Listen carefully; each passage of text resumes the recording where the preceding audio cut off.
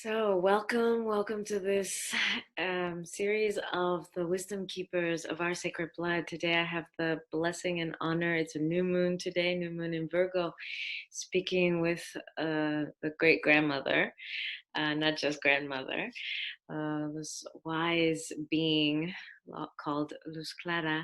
She's joining us right now from Peru, and she has been journeying with our Sacred Blood for decades and has incredible wisdom and is part of a group of she was just sharing that 10,000 women were just doing an offering with their sacred blood or their hair or whatever they'd like to offer to the earth. And so it's a revival of ancient traditions, really, because this is one of the things that I've noticed, that living here, because I'm half Greek and half Bolivian, so I do have the half side in South America, and that here it's like very kind of new age, or very, this it's kind of new, or it's like going to the pagan times, where in South America there's a long tradition that hasn't been broken. It's like continuous, that offering your blood or connecting to the land, connecting to Pachamama, connecting to earth through our blood is a long honored tradition. And so I know you have this wisdom that you're holding, these gifts that you're here to share with us. So welcome. Thank you. Thank you so much for making the time today. Well, thank you, my sister, for inviting me today to be part of the series that I feel is so important. Yes, I am Clara, great-grandmother, as the sister said here. I have 2 great-grandchildren already. And I was born in Chile, and for the last 4 years I've been living here in Peru, in the Sacred Valley of the Incas, from a call from my heart to be here in these mountains. Actually, I had a mission here. I have a mission here that I'm fulfilling. So here I am. And I don't know how long, I don't know anymore, but I just, the way my life is, I follow my heart. So wherever my heart says we gotta go, we gotta go. So my last move was at 75, and I might be moving again at 80. I'm going to be 80 next year, and I'm going to be moving again, it looks like. So yeah, this is my life. I've been, I say working, but it's not the work, assisting and sharing with women already from around 45 years of my life. It is my mission, it is my path, the feminine, the sacred feminine. So empowering the women, bringing them back to the sacred feminine, showing them the different ways of the woman, showing them the different stages of our lives as women, etc., etc., healing a lot of the abuse of the patriarchal system. That's been my initiating them, the different rituals, all of that is my work. And big part of my teachings has to do with the lunar blood. So as the sister just said, now I belong to a group of sisters, and we are 2 grandmothers holding the energy. It's called Ofrenda Menstrual Mundial, menstrual world offering. Yeah, and we have a page in Facebook that you can look at. And so every new moon we come together. It's a commitment we have for 13 moons, and this today was the 4th moon we're doing it. It's for 13. 13 moons, yes. I thought it was 9. It's now 13. It's 13 moons, yes. Wow, great. 13 moons we do it. So this is the 4th one. The first one was to elevate the vibration of Mother Earth. The second was for the children. No, the second was for the violence against women. The third for the next 7 generations. And today is to bring together our fires with the fires of Mother Earth and praying for what's happening with the fires on the planet today. So we were 10,000 or more, because we have 10,000 registered, but I know there are many more that are not registered, that offering their bloods in any place that they are in the world at the sunrise. So I was just doing it here. I live in community, so I was doing it here with some of the sisters. So just in time. Yes. So the grandmothers, we offer a little piece of our hair that we put in with saliva that has our DNA. And, you know, we offer that as a grandmass, since we don't have our bloods anymore. So it's been a very beautiful and powerful ritual. Mother Earth receiving the blood of so many women the same day. It's a powerful prayer. And I want to emphasize today the power of offering our lunar bloods. And I have many stories, and I'm going to tell you some of them. Everything started for me, this memory was awakened in me, actually. When I was living in the States, I was in exile. I was married to a North American man. So when the military coup came in Chile, and I had to go into exile with my 3 children, I ended in the United States. And so I spent 9 years in exile there. I couldn't go back to my country then. And in those days, I met some indigenous tribes there, and actually my first teacher, my first shamanic teacher, I will call it, was Sambea, a Chippewa man. And so with him and with the women that were living in the tribe with him, they taught me about the lunar blood. They had a teepee, and as my sister here was saying, this is our ancient traditions, you know, since always. So the women had a teepee, and they separate. They left the tribe and went into the teepee for 5 days. Time to recuperate, time to go inside, time to nurture yourself. And in this teepee were the grandmothers who told them the old stories and the secrets, and women will sleep, will rest, will get a massage. Sometimes they will fast, however they felt. And it was the time of recuperation. And the rest of the women in the tribe and the men knew that this was the time that the women needed to recuperate, to rest, to continue to do all the million things that we do as women, you know, in our everyday lives. You know, we play so many roles, and so this was a time that the women will rest and come out ready to take over again with all their tasks and taking care of the children, etc. You know? So, and then I had an experience. I had a very powerful experience with this, where I could say was my first big healing with my lunar blood. And so what was happening is I am in exile. I'm in exile from a fascist military dictatorship that were killing my people and taking everybody in concentration camps. And, you know, it was a horrible, horrible times.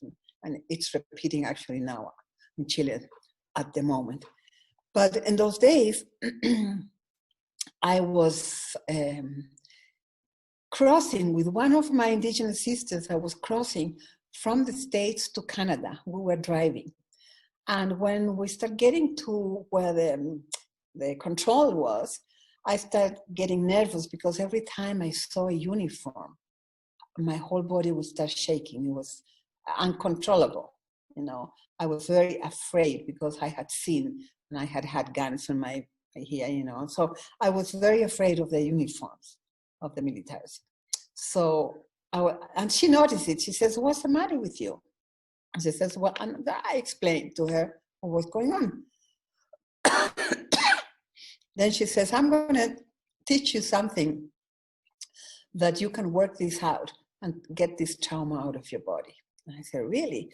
Then she tells me about offering my lunar blood to Mother Earth.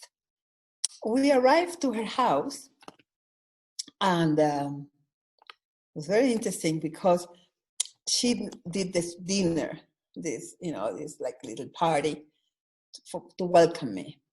And and then some friends of her came. I didn't know anyone. And one of the women came with this man. I don't know how he got in there, but I think it was for my healing. It was this man who had been a pilot in Vietnam, and it was those volunteer pilots, in Vietnam. And he was kind of proud. He had killed so many people, and he was all for the fascist dictatorship in Chile. And so it was somebody who pushed all of my buttons, but absolutely all of them. And then I was cooking some Chilean food. And when my friend introduces me to him, and she says, "Well, this and my sister here from Chile, she's going to, cook us some Chilean food." And he looks at me and he says, "I don't eat the food from spics." Spics, they used to call us Latins, like they will call niggers, the black people, they call spics. And my first reaction was to spit on his face. That was with my character, and was my first reaction. And then something happened in that very moment. It was very interesting. I just went into my heart. I remember her words about telling me about the blood and how I could heal with my blood. And something happened. It was just really miraculous for me.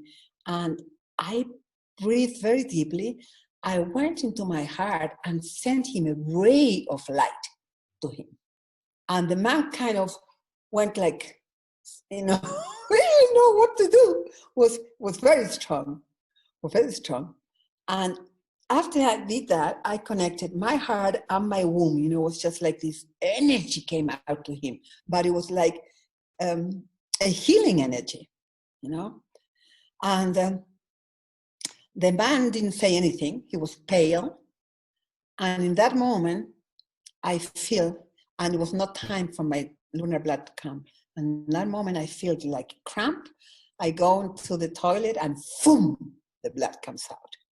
And then I knew I had done a huge healing for myself, because from that moment on, I never feared any uniforms or any of these authoritarian, kind of men. And actually, not too long afterwards, when I came back to Chile, I was able to do a whole workshop with 40 policemen, all of them men. I was the only woman doing the workshop. And those men were crying in my arms. It was really interesting. So that was a huge healing for me. So I knew from then on, that I could really teach this and share this with other women. And then I started learning more and more about it, and offering my own blood that I did for, I don't know, many years. I stopped bleeding at 48. That is generally kind of young. And in those moments, I was in Chile already, back from exile. And in those days, I'm going to be 80 now, okay? So in those days, nobody would talk about it, nothing. It was taboo. And I remember I had one friend of mine, and she was in my same situation. and we decided to do a workshop. So, and we call it menopause, how do you say, umbral? Umbral is like door to rebirth, we call it. And talking about, you know, what happens when you stop the bloods and all of that. And it was about the whole thing. It was about the bloods and the stopping of the bloods and everything, you know. And nobody came. Nobody came. Nobody came to our workshop. After everybody said, yes, we're going to come. No, it was forbidden. It was just completely forbidden. And then I remember listening in the radio. In those days, we still had radio. I listened to the radio to this gynecologist, the man, talking about the bloods and talking about the menopause. You know, it was just horrible, absolutely horrible. And I said, I have to do this now. I have to talk to the women and teach them, you know, and share with them, you know, that that the patriarchal system is telling us just lies, you know. It's the way to control us. Because what is the most feminine thing we all share as women, doesn't matter where we come from or what race or whatever, you know, we all bleed. We all bleed, you know. So it's something very beautiful that unites us all. So how not to elevate this to the sacredness that it is, you know, the sacredness that the lunar blood is. And as you know, the lunar blood and the blood from childbirth, the sacred bloods, they've always been considered in all traditions, sacred bloods. The first, in the temples of the goddess in the old times, the first blood of the girl was offered in the altars of the temple. You know, it was such a precious thing to offer. And so I started sharing with the women and investigating more and experiencing myself. And I realized that it was such a powerful tool, powerful magic. One of the most powerful magics we can do is with our blood. So from then on, you know, I started sharing with the women saying, well, we cannot go away for 5 days. It's difficult for us to go. But one day we can, you know. And that day is our goddess day. The 28 or 29 rest of the days in the month, we can be, you know, mothers and wives and laundry woman and cooking, you know, blah, blah, blah, blah, secretary, whatever, you know. But one day we're the goddess. On that day, we don't serve anybody. That day, we, in Spanish, the saying says, me amamacho. I become my own mama, my own mother, you know. I nurture myself. I take care of myself that day. And share with them how to make an altar in their places. If you have earth, you know, you have a patio, something to make a little altar in some corner, you know, just not a big thing, you know, just something simple, and go there every month to offer your blood and squat to the earth and let your blood come out. And that day, dress in red to honor your blood and wear skirts, of course, you know, long skirts. And go and squat there and let your blood come to the earth and pray to the mother in that moment. And say, Mother, I'm offering you my blood without violence, my peaceful blood from my womb. Because the blood, the offering of the blood of the patriarchal system is the blood of the war. So we can offer our blood, our peaceful blood from our wombs. So, and then, you know, once you do this offering, you can ask the mother anything you need. I mean, I've seen it 100 times in myself and so many women. Women would come to me and say, when the doctors told me I cannot have babies. And I said, I don't listen to the doctors. Go and offer your blood to the mother and ask her for a child. The doctors don't know. They don't have the power to give you a child. The mother does. And I tell you, I'm a goddess mother of many children now. Children that were conceived after the women start offering their bloods to the mother. And not too long ago, I had this woman came to me, well, about more than a year now, came to me, she had cancer in her uterus. And she says the doctors told her, I said, offer your blood to the mother and make your altar and do it every month. And, it's very important to have consistency. You make a commitment and you do it every month. And ask the mother to heal you. So a year later, she comes. She says, I just went to the doctors a week ago. No tumor, nothing. I'm healed, And I did it every month with so much faith. I offer my blood to the mother. So I know it works. In so many aspects, I know it works. Excuse me. Yeah. I've proven it in myself, and I've seen it in so many women. So many women heal themselves of all kinds of stuff, in their wombs, to heal them, their families, to heal the world, anything. You can do that prayer in that moment and ask the mother for anything that is going on in the planet, or when it's like we did today, for example, all the women offering their blood to stop the fires. And calling for the waters, for example. So it's a tool that that is one of the most powerful magical tools that we have as women. What else can I say about it? Oh, the other thing that's important about it is that we do these rituals of initiation, in the different stages of our life. And we've lost that. We've really lost that. And so it's important to do the ritual of the first blood. And in all the indigenous traditions, they're doing it. For example, in the Mapuche tradition, where I come from in Chile, the indigenous nation of the south of Chile, the women they always live near the water, of course. And so the women will come with the girls that have just had her first blood, come to the river or the lake, and the women, they make them like a little raft.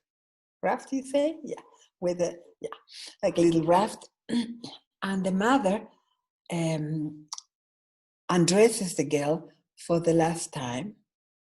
And this raft, they put herbs and all kind of things and flowers, and then they put the girl in the raft, and all the women, they sing to her and they give her the welcome as a woman. And then the mother dresses her with the ceremonial clothes and ceremonial jewelry for the last time too. She dresses the girl.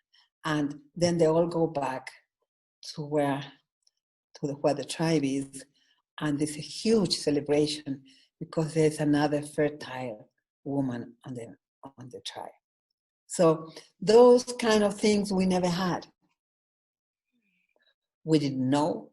We didn't have any kind of rituals. Unlike that, if you investigate in every tradition, there is a rite. And some traditions in North America, they will put them in this little caves, so they will be for a long time in the darkness, and then they will come out in the light. I mean, there are many, many, many rituals we can investigate. All the different ceremonies that are done for the first bloods, starting in the very old temples of the goddess. So. Also, it's necessary to do a ritual when you stop bleeding. Very important. And I don't use the word menopause anymore. I changed it to, in Spanish, it's plenitud. I think in English it's plentitude or something like that. I changed it because it's a time of really plentitude in our lives, you know, and it's necessary to do a ritual to thanking all the bloods that you offered to your mother, all your fertility, all the children you had, etc., or the projects or creativity or whatever, you know, every woman had in their lives, and thank for that. Give much thanks and consciously let go of the last blood. I was very blessed to know that was my last blood.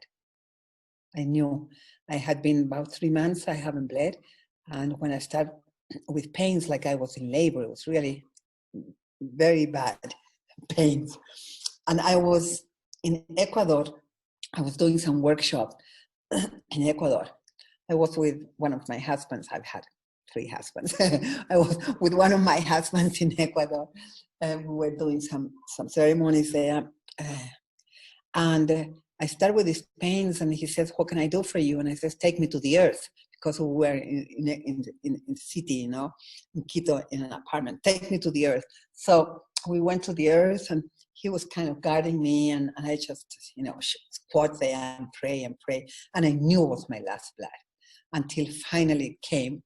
And I imagine, they say that Quito, Ecuador, is like the navel of the world. So I was imagining my blood just coming down all the earth like that. And I was crying, and my blood coming down to the earth and crying, you know, and praying and giving thanks. It was a beautiful ritual, beautiful ritual. And after I came back home to Chile, and I went up the mountains, I used to walk the mountains a lot there by myself. I went up the mountains and find a stream, find a beautiful stream, and did some offerings to the spirits of the water. And then I went naked and asked the spirits of the water to take the mother in me, that I was going into another stage, you know. I was going into the wise woman stage. So to take the mother. So I put my head so the current will come. Cold, I tell you, so cold up, you know, up the mountain, the waters there. So I let the waters come and take the mother. And I come out of it, and it was shaking of cold starting. And then I asked the goddess to teach me the new way, to teach me the way of the wise woman, because I've never walked it in this earth. And then I lay in a hot stone. And I'm praying, and then my whole body starts shaking. And it was such an incredible experience. I had I will call it a spiritual orgasm. I had like an orgasm with everything, like everything opened up. And I knew I had passed to another stage, you know, to the grandmother, to the wise woman. It was very beautiful. Yes, the plenitude, yes. And then I called on my sisters, on my closest sisters, and I crowned myself a wise woman. And we had a big party, we drank, we danced, we sang, yes. Wow. So it's important that we do these rituals. Not so much here in Peru now, but in Chile I used to do a lot of rituals for the young women with the first blood, and different ways. Now, we need to create our own rituals. I know we can, how you say, learn and understand about the traditional rituals, but based on that, we can create our own rituals. And I feel it's very important that we do this with the young women, so from the very start, they know about the sacredness. They understand about the sacredness. They understand about the sacredness of their womb, the sacredness of their blood. It's very, very important, because of what's happening now.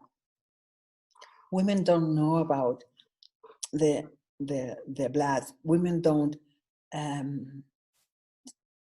respect, don't honor, is a better word, don't honor their feminine self.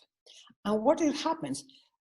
You get your menstrual blood, you put on the tampon, put on the jeans, and go out to the world.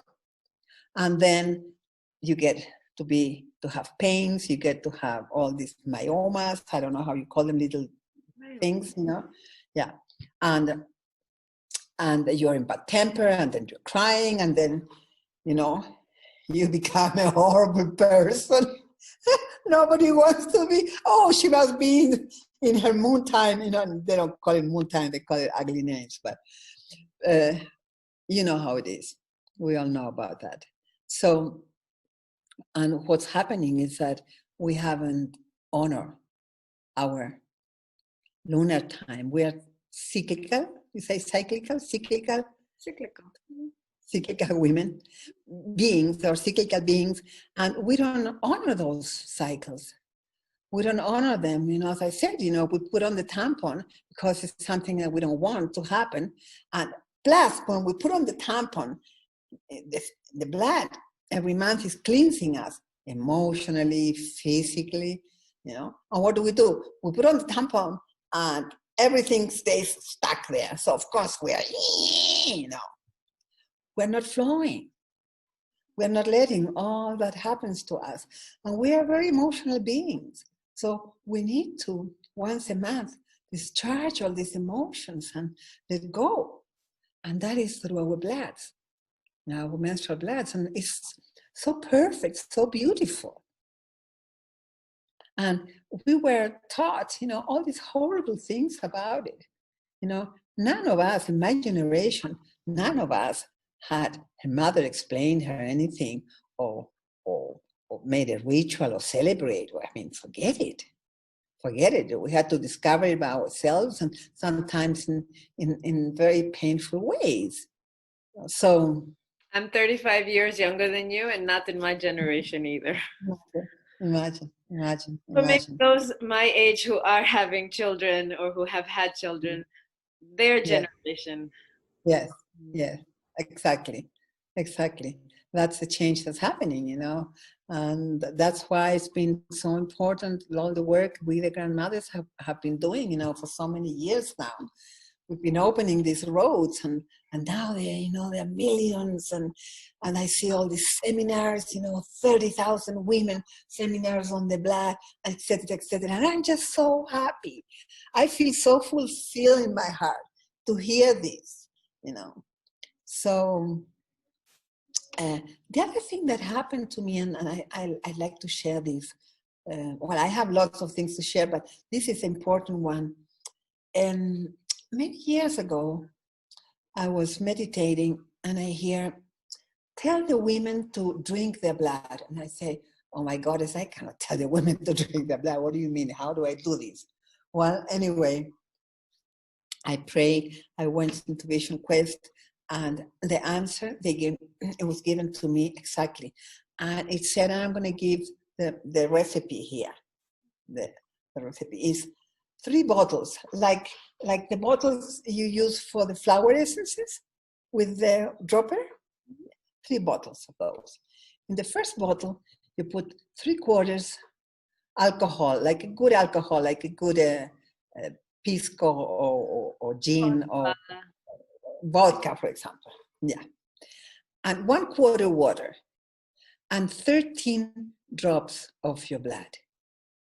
That's the mother essence. It's like the flower essences. That's the mother essence. The second bottle is the stock bottle, and that's half water, half alcohol, and 13 drops of the first bottle. Understood? Yeah. Okay. It's homeopathic, okay? 13 drops of the first jar.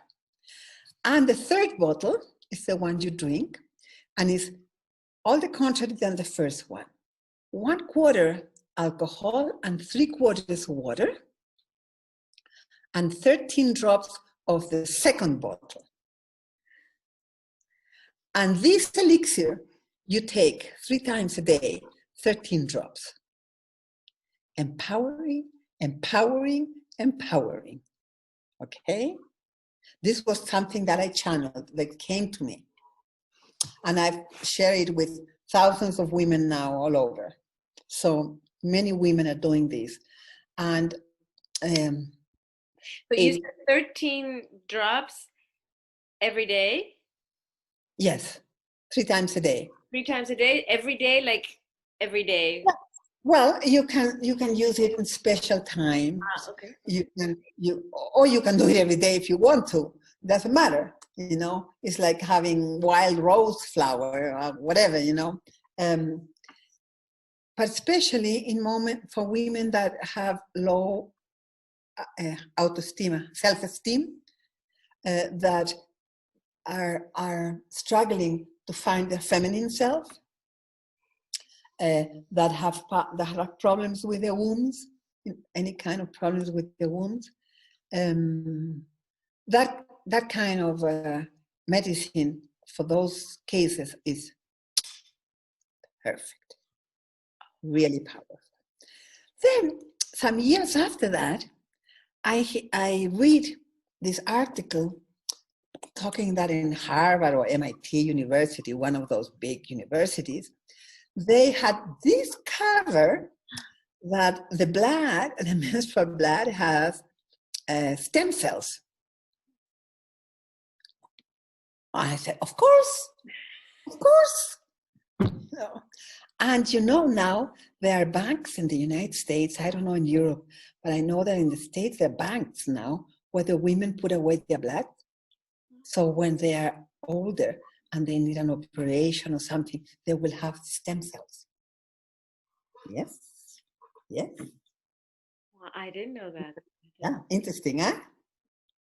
Yeah, yeah. So much is coming out now.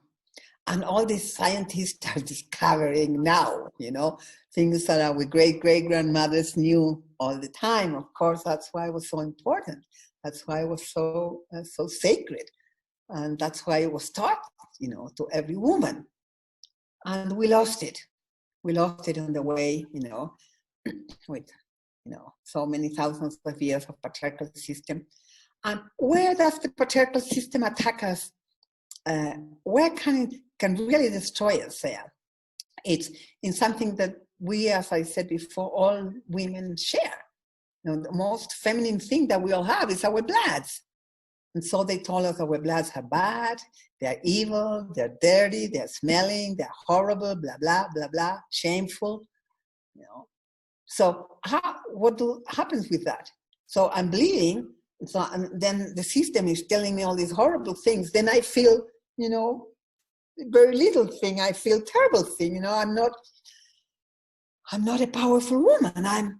You know, it's horrible what happens to me. It doesn't happen to the men. It only happens to me as a woman. So I feel diminished. You know what I mean? So our work now, and that's why I thank you for doing this, our work now is to transmit on the contrary. We empower ourselves now. We are empowering ourselves with our lunar bloods, you know, honoring our bloods. We honor our feminine selves and we honor the earth. So it's very important, this work, very important. I had a click, like a light bulb go, you know, on one of those moments, because, you know, I know this whole thing of we all bleed, and I've been writing about it, and in the other interviews also it's coming out, and also this, that's, you know, bleeding, that's equals woman, equals, you know, burden, equals shame, equals, you know, all that is very clear. But this is the first time that is like, how can you push with one button, with one move, all women? Because there's only one thing that we all have in common. We may not all become mothers, we may not all, you know, do this or do that or whatever, but there's one thing, if we make it to teenage years at least, that what is the one thing that we all have in common? And so there's only one button you have to push, only one thing you have to shame, only, and it goes to the root of all women, and it's just this aha moment right now that just ding ding ding ding ding ding, light bulb just went off, and I was, oh my god, I just had never quite put it together. I don't know how else to say. Yeah. That's exactly that's where the patriarchal system attacks us. That's where the patriarchal system is intelligent. They're not stupid, so they attack us right there to the root, to the very root, to the very essence of the feminine. That is our blood. So I'd love to follow. No, perdón. Please go ahead. Go ahead. No. Just ask me anything you want. No, I don't want to, because you have beautiful things that are coming that I don't want to interrupt. So I can remember if there was something you wanted to say. No, probably what I was going to say is that, and it's the same thing with the ex-menopause, or with the plenitude. The menopause in the system, the same thing. They tell you, you're done as a woman, you're done as a human being, you better die, you're going to have osteoporosis, you're not have any more sexual energy, done for life. You better go and bury yourself on the earth. So it's the same situation. And then, you need to have hormones to look younger. You need to dye your hair so you don't, you look younger, etc., etc., etc. And another big, huge lie. It's part of the same, part of the same. We are discarded as women, when in reality, that's why I changed the word. Like the word in English is menopause. It sounded to me like menopause. It sounded to me. Weird name. And I said, no, it's a plenitude of my life. It's wonderful, absolutely wonderful. It's a moment, we've already, most of us raised the children, we are done with our careers. It's the moment, we're free to become mothers of the planet instead of just our little family. We are ready to really come out in our power. We know who we are secure of ourselves. I mean, it's a fantastic time. Plus, it's a huge lie that we are not sexual anymore. It's a huge lie. Huge lie. It's not true. And I want to tell my sisters here, I'm 80 years old and my sexual energy is completely alive. Completely alive. And it was even after I started my plenitude, I started having multiple orgasms. Before I didn't. So it's fantastic. Now, the only difference is, there are some differences, but the principal difference I will say is that it's not an energy that calls you. Like before, the hormones will call you and you'll do many stupid things in your life. Now, it's an energy I call. It's an energy I call when I want to. And it's there. I call the goddess. It's a goddess energy that I call when I want it. But it's not something that I need. It's something that I call for my own pleasure and for my own offering. Because, I've always been a tantric woman. So for me, it's a prayer. So it's a different thing, So it's very important that women understand that too. That we need to honor this next cycle of stopping of the bloods and becoming the wise women. What happens when we're bleeding? We're bleeding to the earth, right? When we stop bleeding, this blood comes up. And where does it go? Here, to the third eye. It opens up our wisdom. It opens up our wisdom. So we become the wise grandmothers. And it's a time of, as I said, of finally following completely your dreams, because you're free. You're free to, you have your own time, time that was consumed, all things that were consumed as mother.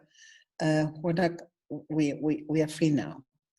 And so I call women to honor this time, to honor our time as a wise woman, if possible, don't take the hormones, you know, go through the process. When I was going through the process, you know, sometimes there's some rough times.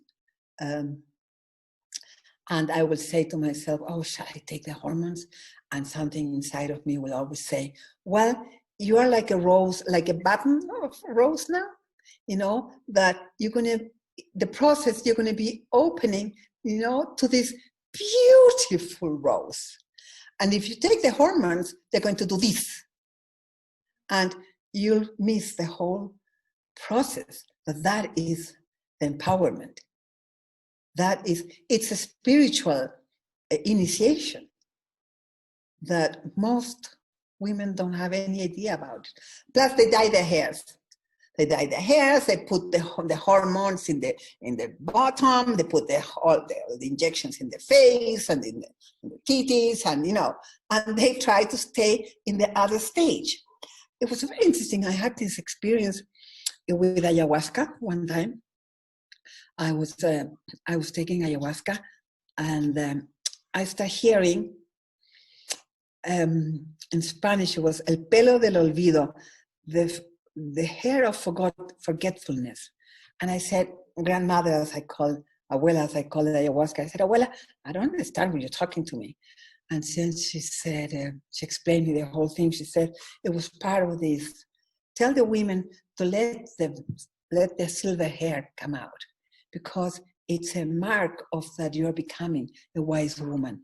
You know, and then the same way that they're trying to stay young, they try to cover that they don't present themselves as a wise woman they are. They're trying to stay in the other stage, in the younger one. It was very interesting for me, that. It was very interesting. I had never dyed my hair, and my hair is just lots of hair and white. And I don't think it's got to do to be younger, to be older has to do with your hair, or has to do with, you know, little wrinkles. I think it has to do with something that comes out from inside of you, you know, from that passion, from that energy, you know. And nobody believes me. I'm going to be 80 years old. Nobody believes me. Not easy to believe, abuelita. It's really not. But I believe you, but it's not easy. and they say, what is it? And I say, it's the passion for life, you know. It's a passion. And it's honoring, you know, myself and honoring my stages. And I guess that's what's kept me like this, you know. And I still have so much energy. I do so many things in a day, you wouldn't believe all the things that I'm holding, and I'm supporting now, and I'm helping, and I'm teaching, and etc., etc. Yeah.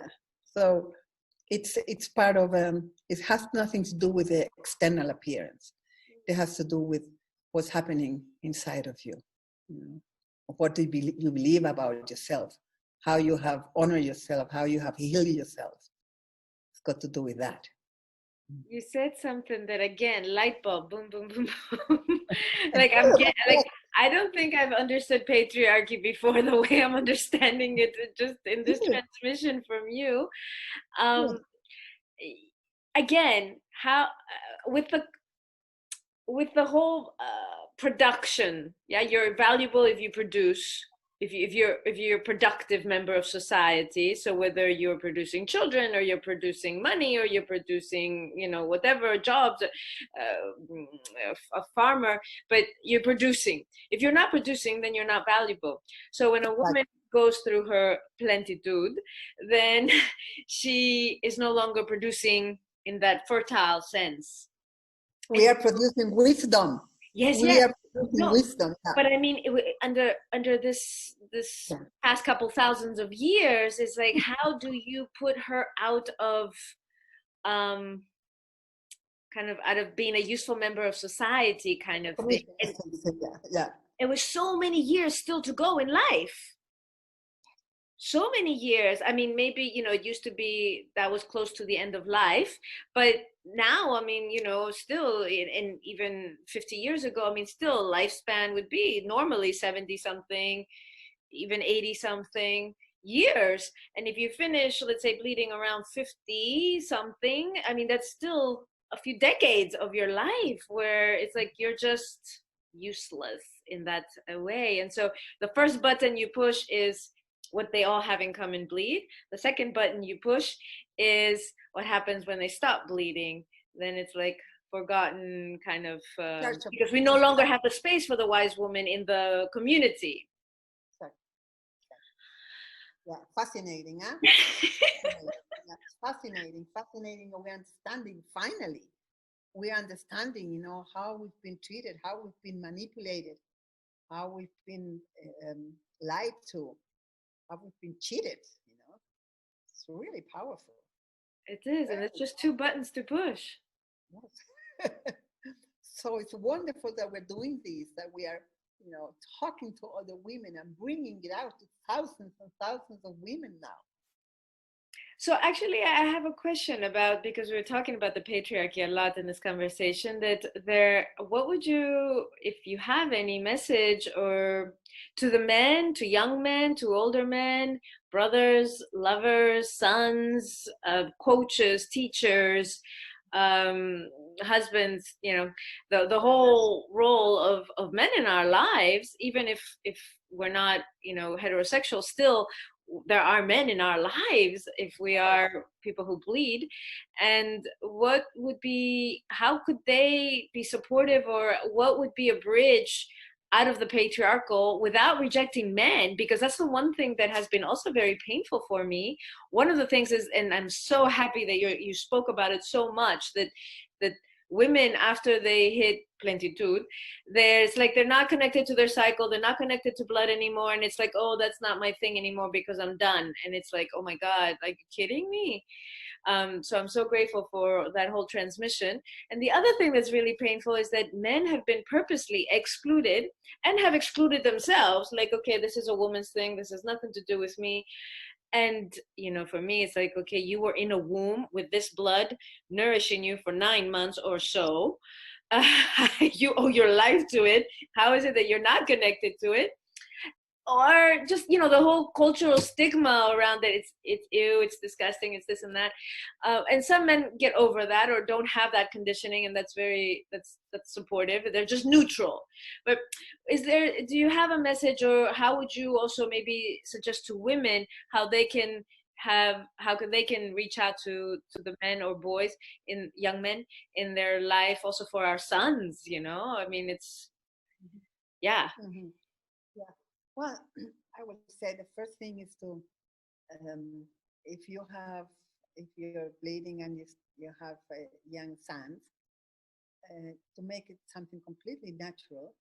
And like I see, for example, here in the community, I see my young sisters who have children. The children, for example, I will go and knock at the door, and one of the kids will come out and says, "My mommy is in her moon time. She's not available today." You know, I mean, they teach them. They teach them, they show them, they see them bleeding, you know, they go to the bathroom when the mother is changing, and they see them, and they see us doing our rituals, you know, when we go and do the rituals, sometimes the dogs and the kids are there, you know, and they see us offering the blood into the ears. So it's, first of all, is exposing them. Don't make it a taboo. That's the first one. Expose them as the most natural thing, as you pee, as you go, you know, to the toilet, and make nothing natural. This happens to women, okay? So they don't get, you know, strange. They think, well, that happens to mommy, and when mommy is like that, she needs rest, she needs, you know. And I see, for example, the husband, in this case, the husband, that day he gets up and brings a breakfast in bed to the mother and tells the kids, you know, mama is in her moon time, we take care of her today. You know? But that's something we teach them. We have to express it. We have to show them. You know, the system is not going to tell them. They're not going to show them that, teach them that at school. So it's at home we start doing that. You know? And so I can see the difference now. You know, so beautiful. And, you know, I get very emotional when I see them like this. I go, oh, finally, you know, the men are contributing to this and understanding and honoring our sacred time, because that's our sacred time. That's our time to go inside. That's our time to be quiet. That's our time, as I said before, to mother ourselves, you know, amamacharnos. And so, and when the men are able to, when are able to see these since they're young, then of course they will always honor afterwards their women and their daughters, and, you know. So it's a task that depends on us as women to teach them and to show them. When I got married, well, my first husband, I didn't know anything myself, so I couldn't teach him anything. But since my second husband, I already was conscious. So I started telling him and teaching him and showing him. And so my moon times, I will separate room. First of all, I wanted my own space, you know, at least a couple of nights, couple of days, my own space. I will go and walk in the mountains and disappear for 1 or 2 days. And he got used to it. He got used to it. That was, you know, I was in my time. And that was, and then you have to, you have to impose, I mean, it's not the word impose, but you have to put it out very clear. This is what I need to do, and this is my time, you know, and please support me, you know, and this is what happens to me, and I'm more delicate and more sensitive, and this is what I need, you know. And if the man loves you and is a sensitive man, of course he will understand. And if he doesn't understand and is a horrible man, you better pack your things and leave. Right? It's simple, yes. Yes. Yeah. I have one more question. You spoke earlier about that women need to start connecting like in ritual and offering and this thing. Would you have any advice? Because there are many women, and I can't even say it's Western women. I mean, it's women even, because I know even in Latin America, in the cities, like it's just that it doesn't come natural to them anymore. It didn't come natural to me some, you know, whatever, 15 years ago, 10 years ago, to even do any kind of ritual. And so, and I know it doesn't have to be a big elaborate thing, because you were saying, you know, people want to know how the old way so they can copy, but that it needs to come, you know, from what's true inside. Is there any suggestions for those who have a hard time getting to what is true inside, what they can do, how they can start? First of all, I'm going to say not all women have access to the earth. So you might be in an apartment. That's, you know, that's the difference now, an apartment. So what happens then? I suggest we all, whether we're bleeding or not bleeding, I always suggest we have a little altar in our houses, you know, where we have the 4 elements, and we have some figure of the goddess or an angel or Jesus Christ or Magdalena or whoever, you know, inspires you. And in that altar also, to keep a bowl made of a glass bowl. No? And in this glass bowl, you can put it underneath your altar, keep it there, that you use it only for this. And you do the same ritual, but in water. You lock yourself in the room where you have your altar, and you do the same ritual, but you squat into the water and let your blood drop to the water. And do the same prayer, the same thing. And then this water, you put it in your plants,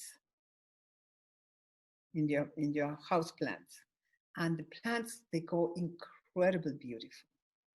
They absolutely flourish, you know. And if you cannot put it if you don't have any plants, that's not very usual, but you can go and put it out, and, you know, go out of the apartment and put it out on the earth, or finally, you know, you can put it out in the window, you know, something that will go to the earth, you know.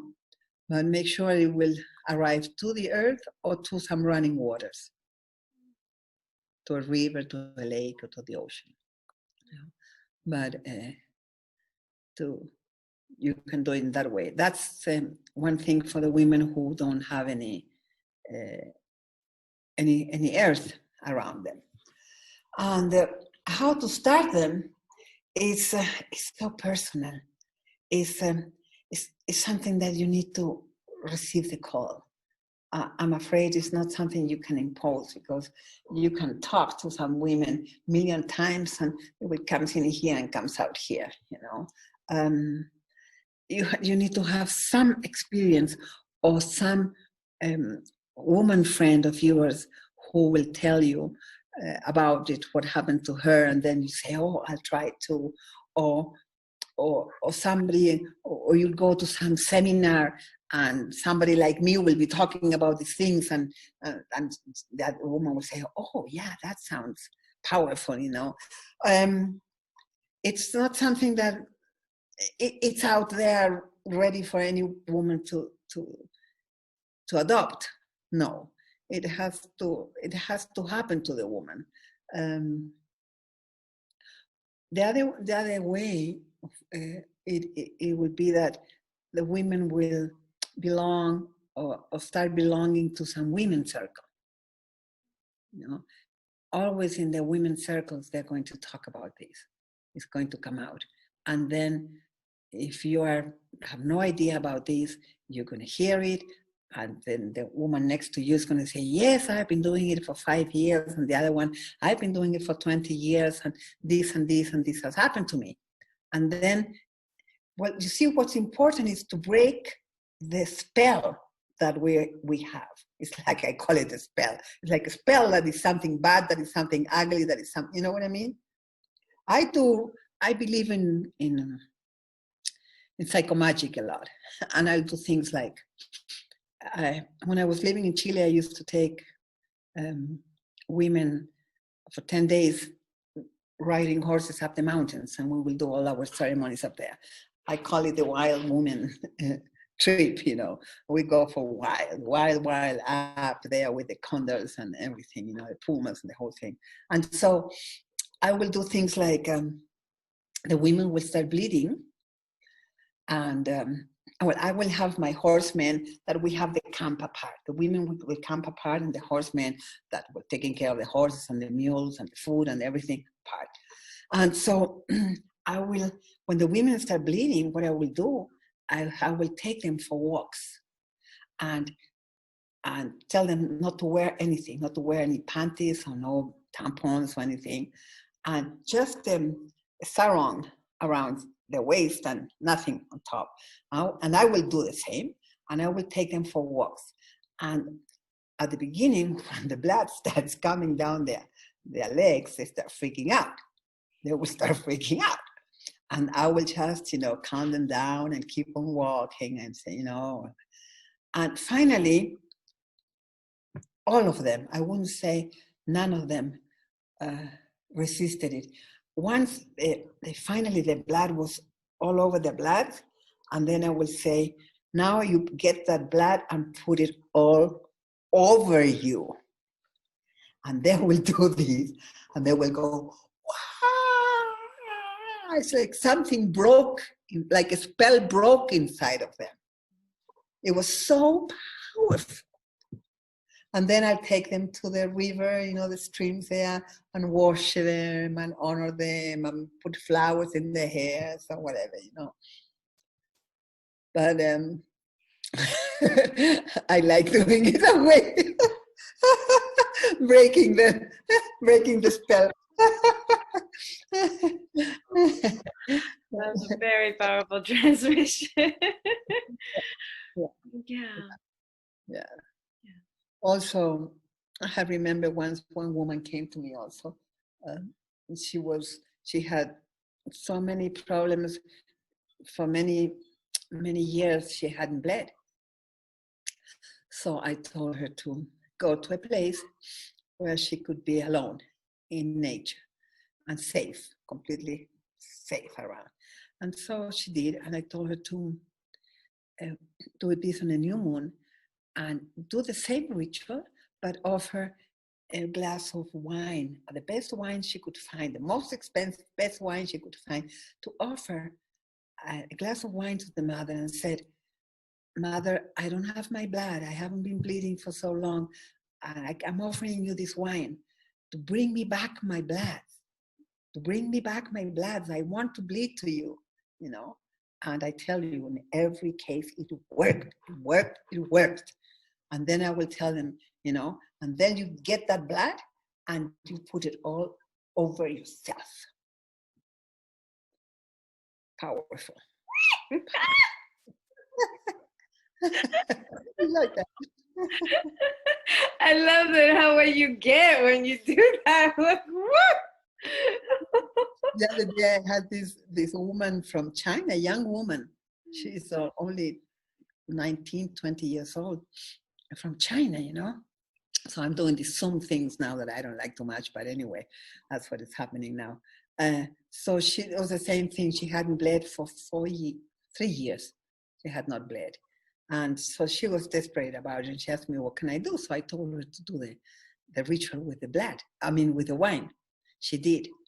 And the same day of the new moon, she writes to me in the morning, well, the different hours. I wake up in the morning, look at my phone, and she's just, message screaming, "I got my blood, Abuela, I got my blood, Abuela." Yeah. Oh, Yeah. so beautiful. So it's intention, it's magic, we can do this magic. And that's what I want to tell all the women and reassure them that we are magical, and, and our blood is magical, and our intention is magical, and we can transform ourselves. We can transform anything we want, We are the what do you call it in English? Parteras, we are the midwives of what's happening now to the earth. We are the midwives. I tell you something that happened to me, this last month. I was sleeping at about 1:30 in the morning. I wake up with this very strong luminous presence next to me. Very strong. My whole body was shaking. And I hear inside of me the voice saying, "Call the women. The earth is in much need now. It's a critical need, something like that. And call the women to pray together, because the women, you are the ones who are going to do the healing of the earth." So I call on the women, and so again, we're doing 13 moons, and every month we're praying for a different country. And this first one now on the 13th, I like the number 13 because 13 moons, 13 bleedings, it is. And then the patriarchal again said 13 was the bad luck number. No, it's our sacred number. It's a good luck number. And so the 13th, we did a huge prayer. And I did the ceremony because it was for Chile, it was the first one. And the next month is going to be for Brazil. And then the Italian women called me from Rome, and they said, "The Vatican here is persecuting us. It's really horrible. We need help." So the next one after that is Italy. And like that, we're doing every month a different country, and we're all coming together and praying for that. And during 5 minutes during the day, we make a little bunch of herbs with the ribbons, the color of our of the flag of that country, and we put it in our altar, so we remember every day to put a prayer for that country. Yeah, so it's beautiful. Yeah. Very beautiful, very beautiful. Yeah. So we are being so creative now. We have the chance to really put out all this creativity, all this love, all this magic, to help Mother Earth and all her beings in this huge transition. Today, as I said, all the women we pray and offer the blood for the fires. So we are praying that the fires will stop. So I know we can do it. I know we can do it. I also know we can do it. I don't know how long, much longer it has to take, but I know it's coming soon and it's calling. And actually, this is what happened. The day I launched this project, this global movement, was the same day as the Primera Ofrenda. It was the first offering of the Ofrenda Mundial, but I didn't know about that. I didn't know anything about that. It's just I woke up the night before. I had done a Zoom that was open to people about blood, sacred blood, and then in the morning I woke up and I was like, boom, this has to become a global thing. This has got to end. This is like it was just and Yes. then a month or two later I find out about Jimena and I find out about the whole movement and I was like, you're kidding. Same day. And so it's I really honestly feel that it's earth, it's the earth itself calling and Yes. saying, yeah, Yes. so it's just it's using different people, different ways, whatever, but it's going to the same thing, same thing. Remember yourself as sacred, remember the earth as sacred, honor the body as divinity and matter and form and the earth and the feminine in everything, not just in women's bodies but in general, like bring balance Exactly. now. Yes. Yeah. It's fascinating. Fascinating. I'm so happy to be alive now in this moment. And I know we chose to be here. We chose to be here in this moment, you know, it's no coincidence, as we know. So we are here to make the change and, you know, and to empower the younger ones. I mean, the younger ones are empowered already. I have a my granddaughter, I have 5 grandchildren, only one is a girl. Wow. And she's, you know, eons ahead of me at her age, you know, wow. So clear, you know, feminist, you know, so clear about everything, about her sacredness, everything, you know, so different. But it was for us. So Yeah. I see it every day, you know, what a beautiful path we've taken and what a beautiful uh, commitment, you know, to honor ourselves and to see the goddess in each of us and in the other and in ourselves and the earth, you know, so beautiful. I am so happy to be a woman. Not that I don't like men, I love men, but I'm so happy to be a woman, you know, to have these wonderful tools to offer to, to the mother, you know, so beautiful. Yeah. Yes, this is true. I'd love to ask you if you could, as we close, maybe if you're willing to to lead us in prayer, because you spoke a lot about praying and about faith, or you know, some un rezo, something, whatever comes naturally that you know, to Yeah. anchor this the sacred blood Of um, course. offering, or just you know, remembering, and you know, however it comes, nothing However, specific, okay. however it comes. First of all, I want to say that many women ask me, I don't know how to pray. I mean, what do you know? We don't want to know how to pray. Do you know how to talk? Yeah, I know how to talk. Then you know how to pray. Prayer is not what we were taught. Again, patriarchal system, the church taught us, you know, boom, boom, you have to learn this prayer. No, no, prayer is talking from the heart. It's one day you say one thing and one other moment you say something else. It's what's happening to you. It's what's coming out of your heart. It depends on how you're feeling that day or whatever is going on in your life, you know. So that's what praying is. It's talking with the great mystery. You know, that's how it is. I could talk to you forever, just so you know. Oh, wow, amazing. Yes, yes, it's the heart speaking, it's the great mystery speaking through you. Yes.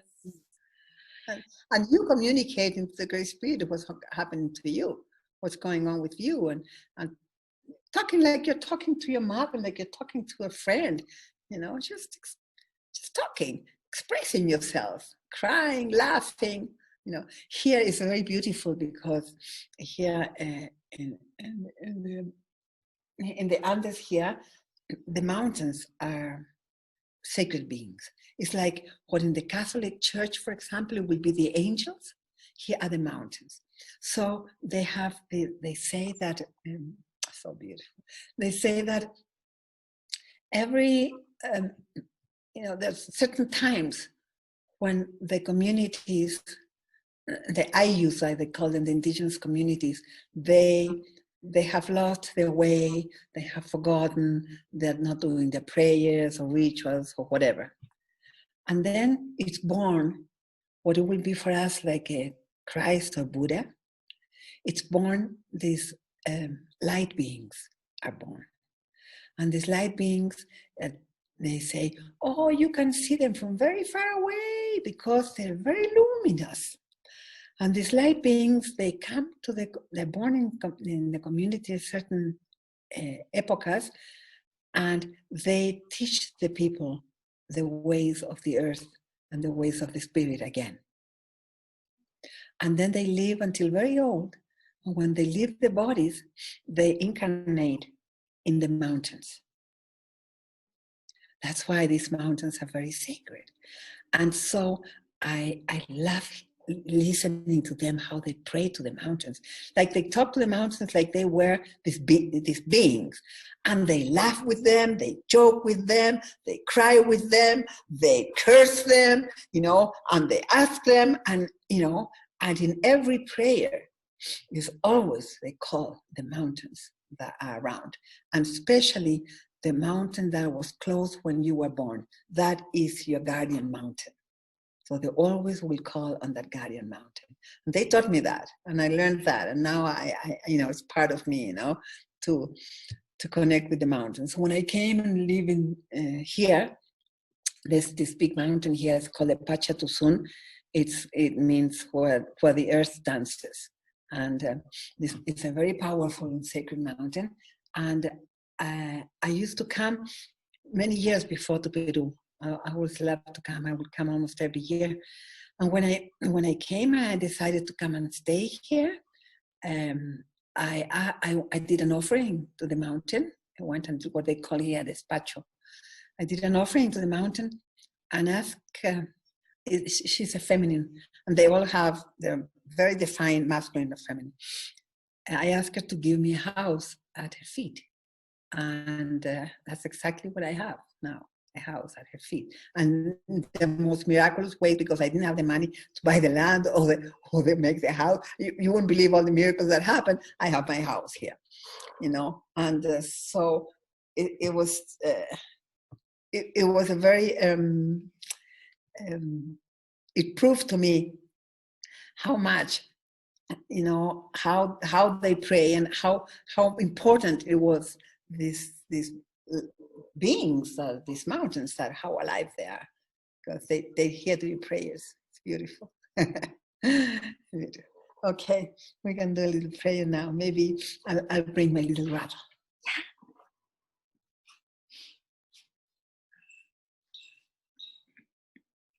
Can I say it in Spanish? Of course. Yeah, I was going to say, please, go ahead. It's the transmission. Whoever doesn't understand, and we'll see if I can put in the subtitles for this, but it's really to feel it. So please. Por favor, adelante.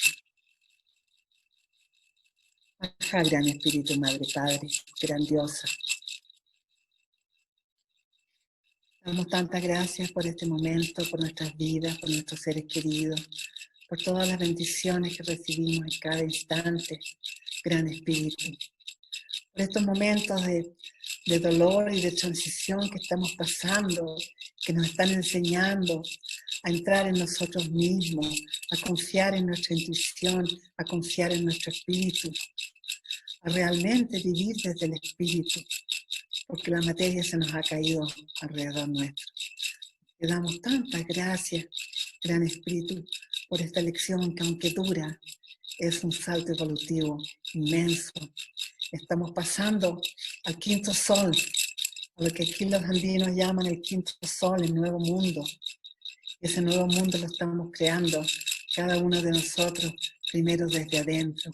Así que danos la fuerza, Gran Espíritu grandiosa, Madre, Padre, danos la fuerza de interior, para que salga de nuestro interior ese nuevo ser que queremos plasmar en este nuevo mundo que estamos todos creando juntos.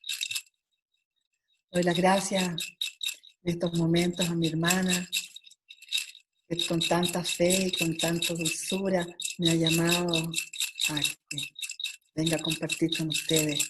Gracias al corazón de cada uno de ustedes, pidiendo que nuestros corazones se unan en uno solo, para que juntos pongamos este rezo, esta fuerza para cambiar lo que ya no queremos, dejar atrás lo que ya no necesitamos, liberarnos de lo que ya nos pesa, para entrar libres, livianitos y livianitas a este nuevo mundo, a este quinto sol que estamos renaciendo.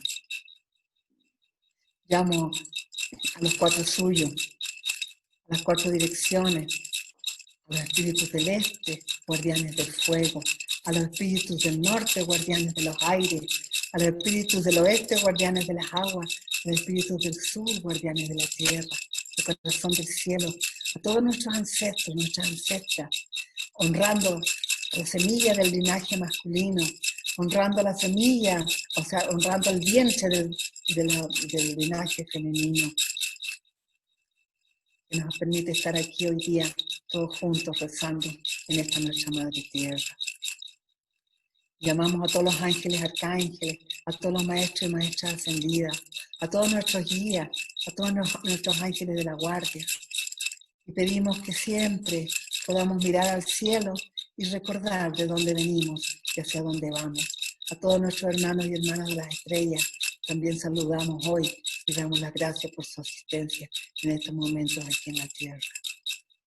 También llamamos al corazón de la tierra, a la Pachamama, y le pedimos perdón por todo el daño que te causamos consciente o inconscientemente.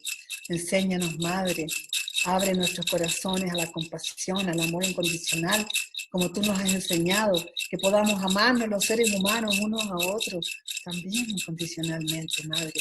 Así te lo rogamos, con toda fe, con toda humildad. Llamamos al corazón de cada uno de nosotros, al gran misterio, nuestro ADN, al comienzo de todo, para que estemos conscientes de que somos uno y que seguiremos siendo uno. Ajá. Ay, ay, ay. Ay, ay, ay. Muchas, muchas gracias, hermanita preciosa. Gracias por su sendero, honro su caminar. Así que ha sido muy entretenido conversar contigo. Muchísimas gracias, abuela, bisabuela. Ha sido una bendición. Muchísimas, muchísimas gracias en nombre de todas y todos los que van a ver y escuchar y aprender y recibir esta transmisión. Muchísimas gracias. Y para las generaciones que hay para venir y para nuestros ancestros también, hacemos nuestra parte. Sí. Muchísimas gracias.